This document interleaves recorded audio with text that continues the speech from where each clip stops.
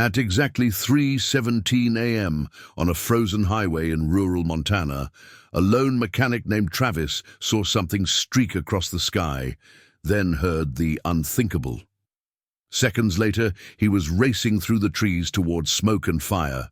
What he found wasn't just twisted metal and jet fuel. It was a woman, barefoot, bleeding, barely breathing, and as he wrapped her in his flannel jacket, he had no idea she was the sole heir to a $48 billion empire, or that saving her would destroy everything he thought he knew. The explosion wasn't loud. It was wrong.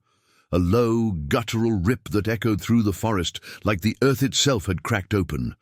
Travis Kane dropped his wrench mid-turn. The socket clanged against concrete as he spun toward the sound, his breath already fogging in the icy air. Out here, in the shadow of the Absaroka Mountains, there was only wilderness. No lights, no sirens, no reason for anything to be falling from the sky. Except something just had. Without grabbing a coat, Travis jumped into his rusted Chevy and slammed the gas. The snow spat from his tires as headlights carved through fog and pine. 20 minutes up the mountain, the sky pulsed red. Trees were scorched black.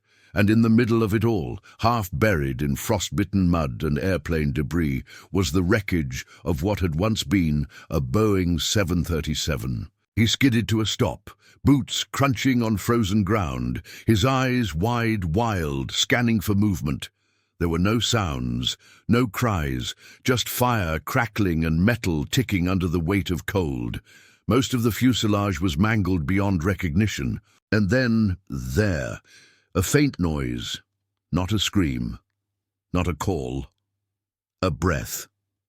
Travis vaulted the wing and dropped to his knees beside what looked like the shell of a first-class compartment. There, crushed between two seats, was a woman. She was barely conscious, blood matting her blonde hair, her blouse torn, her fingers twitching weakly in the snow. Her lips were blue. "I got you," he whispered, voice shaking. "I got you." She tried to speak, but coughed instead. He peeled off his flannel jacket, wrapped it around her shoulders, and slid his arms under her back. She was cold. Too cold. "You're gonna be okay," he murmured, even though he didn't believe it. "I promise, you're gonna be okay." He didn't stop to question how she was alive. He didn't notice the gold necklace tucked under her collar, or the bloodied designer heels still on her feet. He just ran, carrying her through ice and mud like his life depended on it. Because in that moment, maybe it did. Back in the truck, she drifted in and out of consciousness.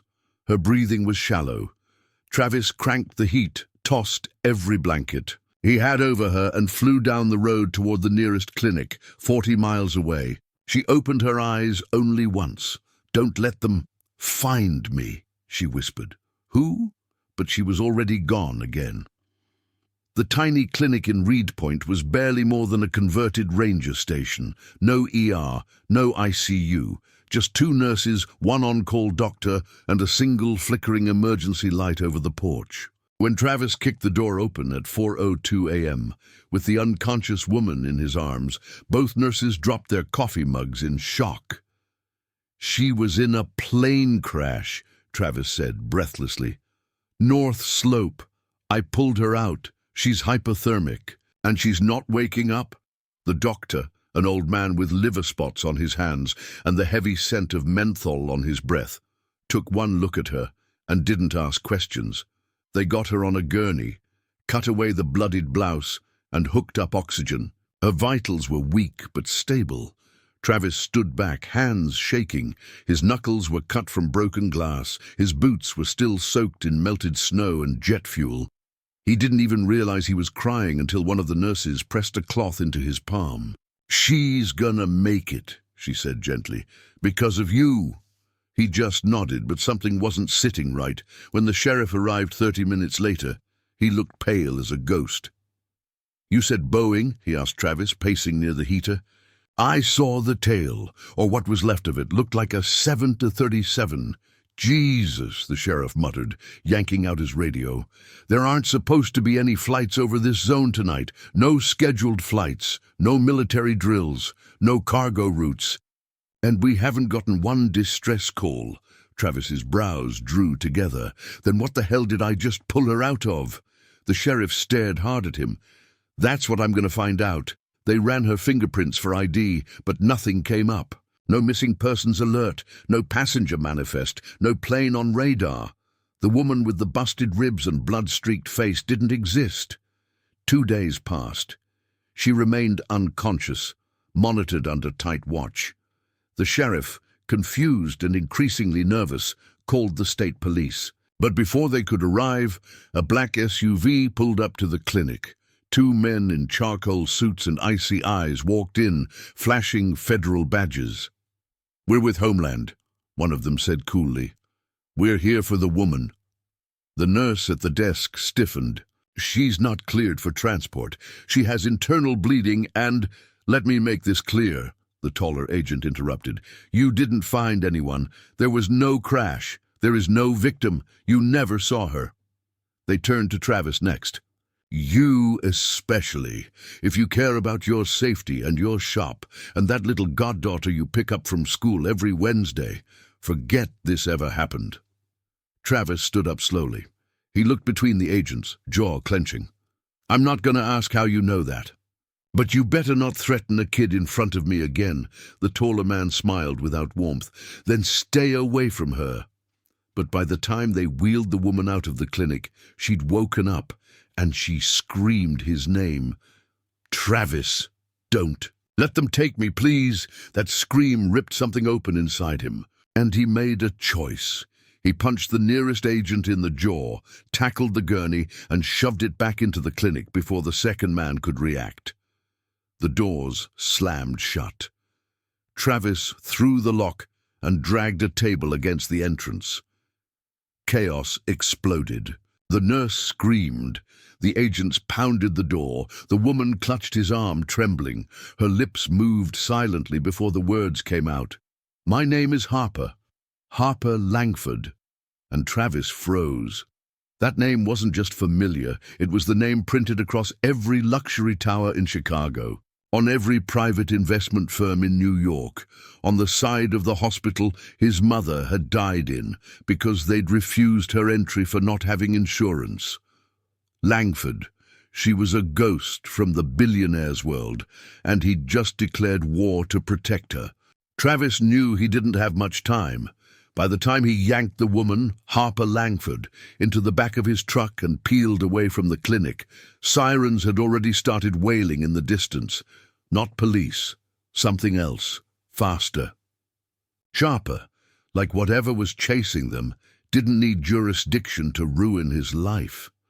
Harper winced as every bump jarred her broken ribs. "They'll track the vehicle." "Not if they don't recognize it," Travis muttered, pulling off the main road onto an old logging trail and reaching into the glove box. He tossed her a wool beanie and a thick scarf. "Put those on and stay low." She didn't argue, not anymore. When they were 20 miles out and the sun had started bleeding across the treetops, Travis finally cut the engine. Silence, just breath and heartbeat and frost whispering through the pines. Then she spoke. "It wasn't an accident." He turned slowly. "The crash?" She nodded. "I was on that plane because I found something I wasn't supposed to. About my family, our holdings. Offshore accounts my father never reported. Deals that would bury half of Wall Street if they went public. And I told my lawyer to prepare a statement, a press release. I was going to go public, blow the lid off it all." "And they tried to kill you," Travis finished, jaw tightening. "No," she whispered. "My brother tried to kill me." Travis leaned back, trying to process the weight of what she was saying. "But you're Harper Langford. People know your face, your name. He can't just make you vanish." Her eyes, swollen and shadowed, locked onto his. "Watch him." She told him everything over the next hour, between painkillers and sips of black coffee from his thermos. About her father's death 2 years ago. About how her brother Mason took over Langford Global with a blinding smile and cold eyes.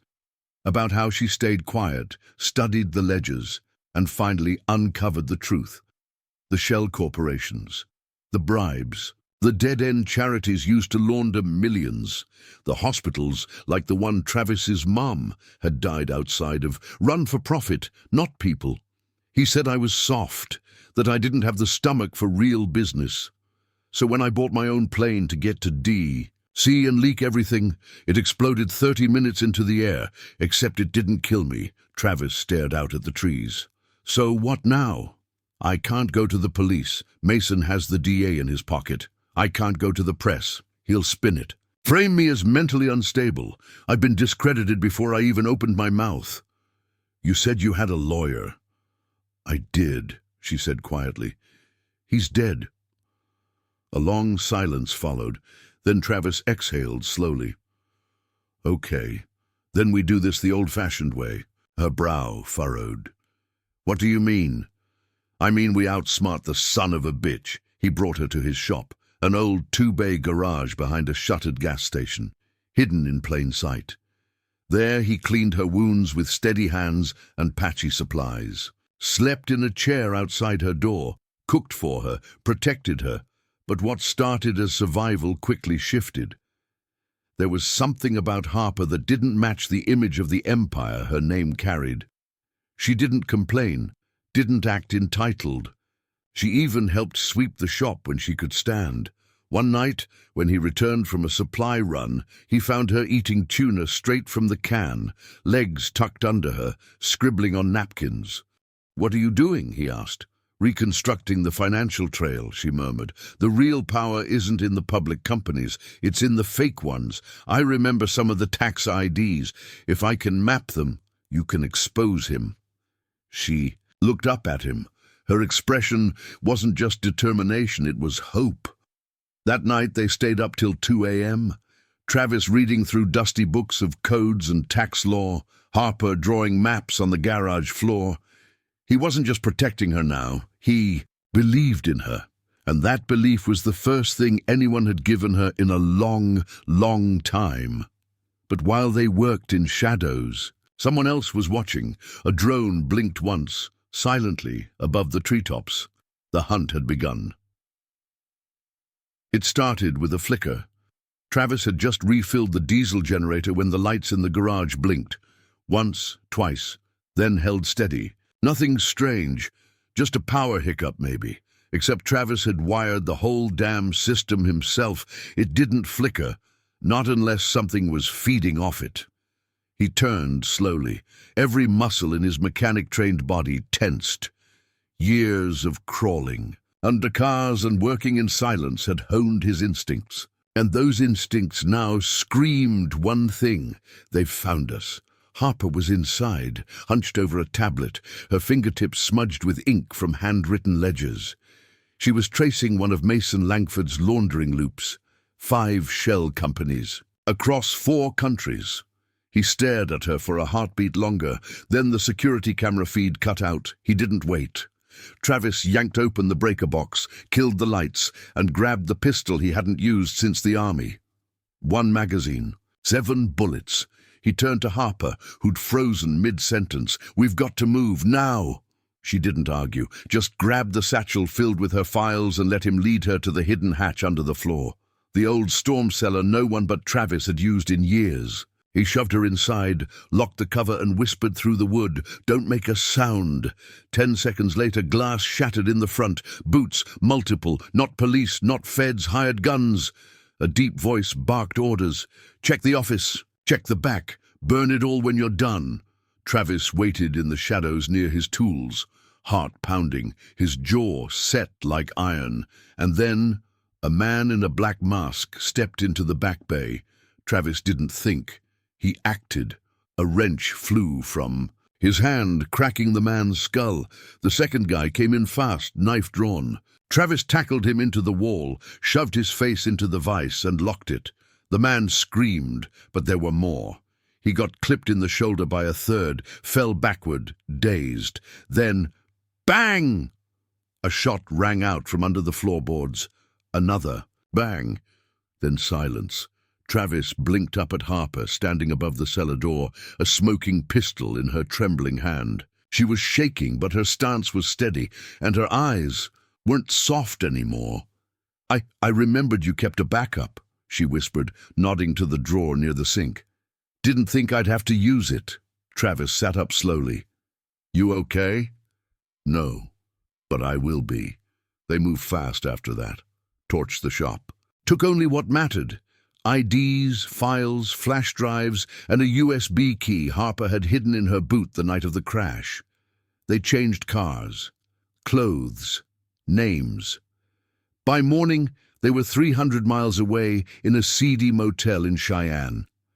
Travis wrapped his bullet, wound with duct tape and grit. Harper patched his cheek with the gentlest touch she had left. He stared at her in the quiet. You could have run. You could have let them take me. I did run once, she said softly. It nearly got me killed. But you're the first person who looked at me like I was more than a last name. I'm not leaving you behind.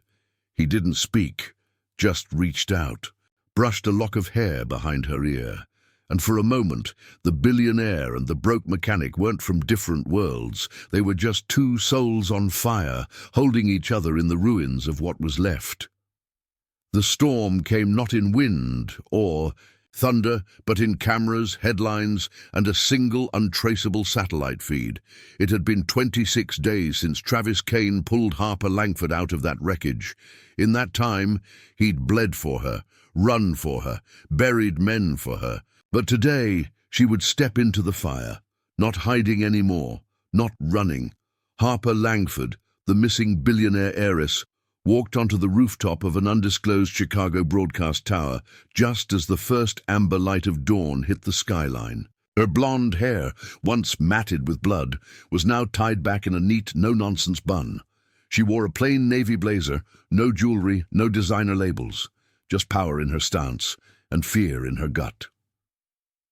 Travis adjusted the earpiece from behind the satellite dish and gave her a tight nod. We're live in 30 seconds, you sure about this? She turned, her eyes calm. If I don't do this, it'll never end. He didn't argue. He never had. Just gave her a look that said, I've got you. The red light blinked. They were live. Across every major news outlet, every hacked feed, every silenced social channel, the broadcast overrode regular programming. Viewers from New York to Nevada blinked as a woman with bruises still healing stood alone and said, My name is Harper Langford, and if you're watching this, I'm supposed to be dead. She didn't flinch. She didn't stutter. Her voice was low, clear, and real, the kind of voice that made people stop what they were doing, made hearts beat a little faster. 26 days ago, the private aircraft registered under Langford Holdings, Flight 14, suffered a mid-air explosion. It was ruled an accident, but it wasn't. It was an attempted murder, and I was the target. Not by terrorists, not by enemies abroad, but by my own brother, Mason Langford. The silence that followed could have cracked granite. Harper went on. I uncovered a web of financial crimes hidden within the foundation, of Langford Global, stolen humanitarian funds, money siphoned from cancer hospitals, bribes paid to silence safety violations. I was going to leak everything. Mason found out. He tried to silence me the only way he knew how. But someone saved me. A man with no power, no money, a mechanic from a forgotten town who had every reason to walk away, but didn't. Travis Kane risked everything to protect me, and now I'm asking the world not just to believe me, but to believe us. Because the truth still matters. Then Harper leaned in, her voice lowering. And Mason, if you're watching this, you're already finished. Everything you buried, I've unearthed. Your bank accounts, your offshore ties, every bloody dollar and falsified document. They're all on a drive, currently en route to every major journalistic outlet in the country. Travis stared from the shadows. Even he didn't know she'd done that. She was smiling now, cold, clear, final. You thought you buried me. You forgot I grew up in the dark. Then the screen faded to black. Within 4 hours, Mason Langford's penthouse was surrounded by federal agents. The SEC raided Langford Global's main office. By noon, Langford leak trended higher than the Super Bowl. But that wasn't the end, because Travis Kane didn't fade into the background. The nation wanted to know who he was. Who the man was that carried a billionaire through smoke and ash, stood against armed men, and asked for nothing in return. He didn't want the attention, he didn't need it. But Harper insisted, and so, 1 week later, under soft lights and national cameras, Harper walked out on stage, not alone, but with Travis at her side. The crowd roared, not because she was rich, not because he was poor, but because what they represented, kindness, courage, truth, was so damn rare in the world, it felt like fiction. Only it wasn't. It was real. Backstage, when it was over, Travis pulled her aside. "You did it," he murmured, voice low. "You took your world back." Harper looked up at him, this man in a second-hand suit who'd once knelt in the mud with her life in his arms, and whispered, "No, we did." He leaned closer, smirked. "You planning on going back to billion-dollar boardrooms now?" Smiled, then grabbed his hand. "Not unless there's an oil-stained garage next to it." And so the woman who fell from the sky didn't just survive. She rebuilt her life, with the mechanic who reminded her what it meant to be human. Not because he had anything to gain, but because, when faced with fire, he chose kindness, and kindness changed everything.